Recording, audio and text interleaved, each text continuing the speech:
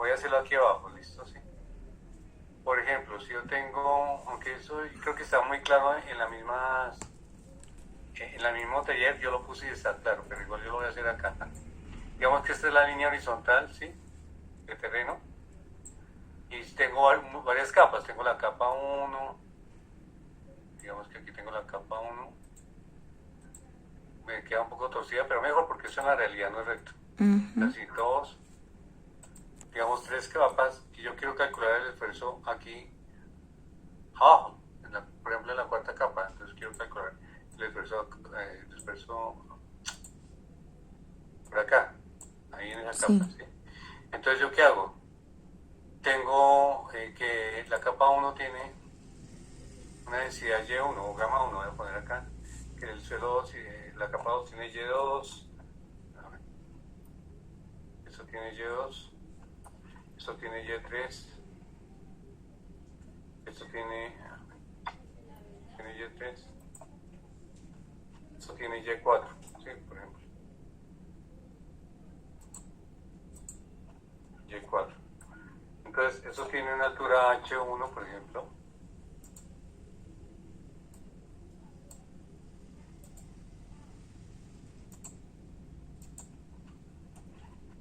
Esto tiene una altura H2.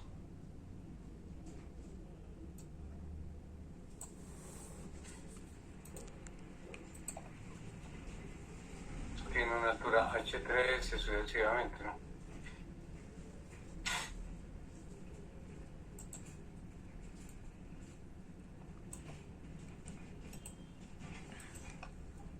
H3, y eso tiene una altura H4. Bueno, desde ahí hasta donde el punto que yo quiero, digamos que aquí hasta bueno, esto tiene una altura H4.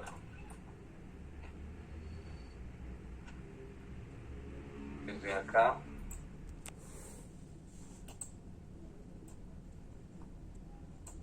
hasta acá. ¿Sí?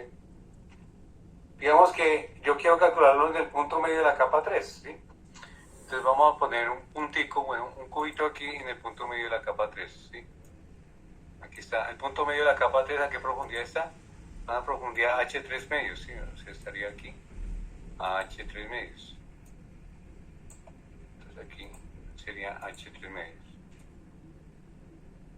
¿Cómo calculo el esfuerzo hasta ahí? Pero entonces, hasta la capa 1, ¿cuánto iría el esfuerzo? Si yo calculo el esfuerzo hasta acá, hasta la capa 1, sería, hasta ahí sería esfuerzo vertical. Al Esfuerzo peso. vertical igual a Y1 por H1, ¿no?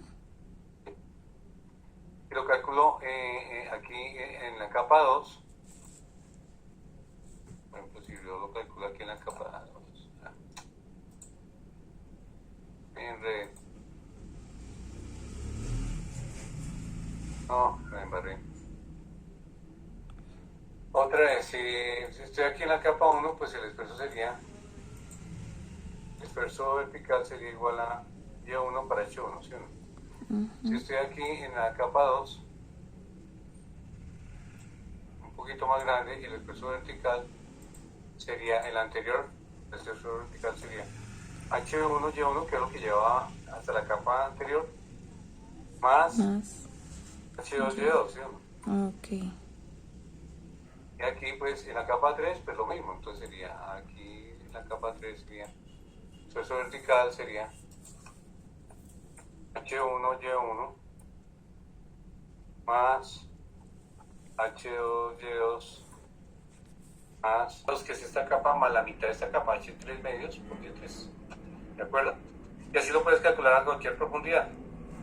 Entonces, el esfuerzo vertical total, pues, tal como está en las diapositivas, aquí lo puedo escribir, pero está mejor, más claro en el taller.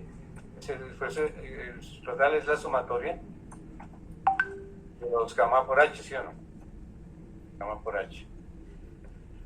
El esfuerzo horizontal efectivo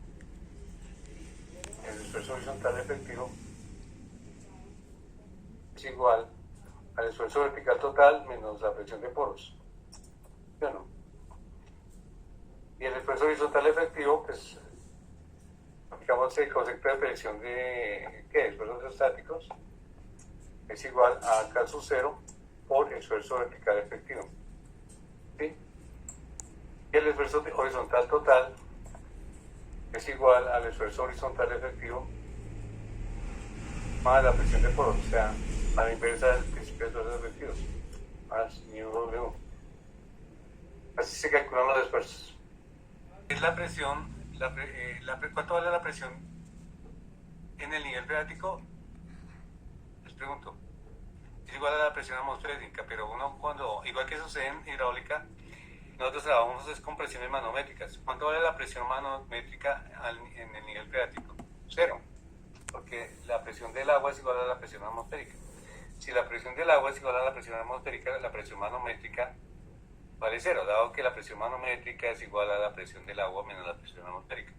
Si hago un diagrama de presiones del agua, ¿cómo sería? O sea, voy a hacer una línea vertical acá. Y acá sería 0 en este punto y sería una tendencia que es igual donde μW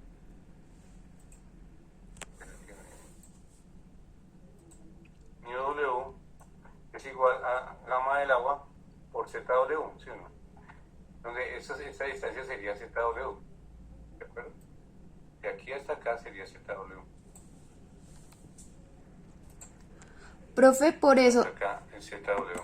profe, por eso, o sea, digamos, en el ejercicio que tú nos das, como las diferentes alturas, y nos dices, hay un valor que dice eso, ZW, 8 metros. Entonces, es al Pero final. para el caso más profundo, ¿no? Pero para cada mitad de capa tienes que calcular un ZW, ¿no?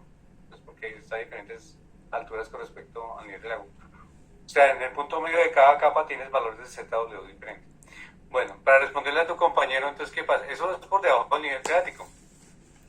Por debajo del nivel freático, pues sigue un gradiente hidráulico, ¿no? ¿Qué pasa por encima del nivel freático? Bueno, si es un suelo arenoso, y si es un suelo arenoso de grano fino, donde la tensión de la superficial del agua ejerce efecto, hay capilaridad, entonces sigue una tensión, sigue la misma tendencia. Entonces sigue aquí la misma tendencia hasta donde hay una altura límite que es la altura capilar, que se llama hay aquí una altura límite que es HSN, no me acuerdo cómo es, es la altura capilar límite. Hay una altura capilar límite donde ya no se comporta así, sino alcanza eso y se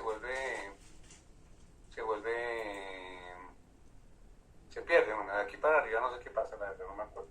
Simplemente se pierde la capilaridad y desaparece o se mantiene. Entonces, para efectos prácticos se toma la misma tendencia hidrostática cuando las alturas son muy chiquitas. Cuando son muy grandes ya, ese es un curso de mecánica de suelos no saturados, no, puede suceder cualquier cosa, no me atrevo a responderle ahorita. Pero para fines prácticos se sigue con una línea de tendencia hidrostática, siempre y cuando esta altura no sea mayor de 2 o 3 metros, ¿sí me van a entender? En arcillas, eso es en arenas, en arcillas hay un efecto de succión que es un poquito más marcado, a veces es algo así. Entonces parte de una condición hidrostática, espero que ahí la embarré, parte de una condición hidrostática, pero sigue una tendencia, en la medida que se aleja del nivel freático, hay un efecto de succión mátrica, que es un poco mayor a la condición hidrostática, ¿sí? Que está asociado ya con el tema de interacción química entre partículas de agua y suelo. Entonces tiene esa tendencia cuando son arcillas. Cuando son arenas es la línea recta. Y cuando son gravas, o sea que la tensión superficial no actúa, pues sigue, se va por acá, voy a dejarlo con otro color. En gravas es, lo pongo más bien gruesito. En gravas sigue una tendencia casi nula o nula. En la práctica es nula. Cuando son gravas gruesas, o sea, por encima del nivel freático la presión vale cero, la presión manométrica vale cero. Entonces lo verde son gravas, lo azul intermedio son arenas finas y lo azul a la izquierda son arcillas. Esa pregunta es muy buena y es difícil de responder, la verdad. O sea, acero. No, como una arena fina, o sea, con tendencia hidrostática negativa. Aunque si lo tomas cero también es válido porque uno les definí, ¿no? Yo no les definí eso. Pero normalmente se debería tomar con esta línea hidrostática negativa. ¿Sí? O sea, de la mitad. Ok, profe, y dos preguntas.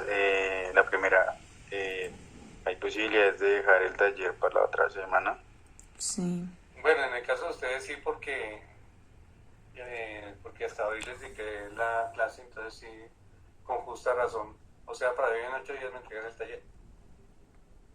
Listo, gracias. ¿Y la segunda se lo podemos entregar a computador o debe ser a mano? Como quieran, pero yo prefiero que sea a mano. Pues como quieran. Lo importante es que me entreguen un trabajo organizado, no me vayan a entregar ahí hojas de cálculo que no se entiendan. Porque, o sea, lo importante es que sea organizado el trabajo, se entienda bien, que tenga unidades. No vayan a entregar todas sin unidades de medida. En ingeniería, si un resultado numérico no tiene ningún sentido si no tiene unidad de medida. Entonces, se lo acepto, pero desde que sea organizado. ¿Sí? Listo, profe, gracias.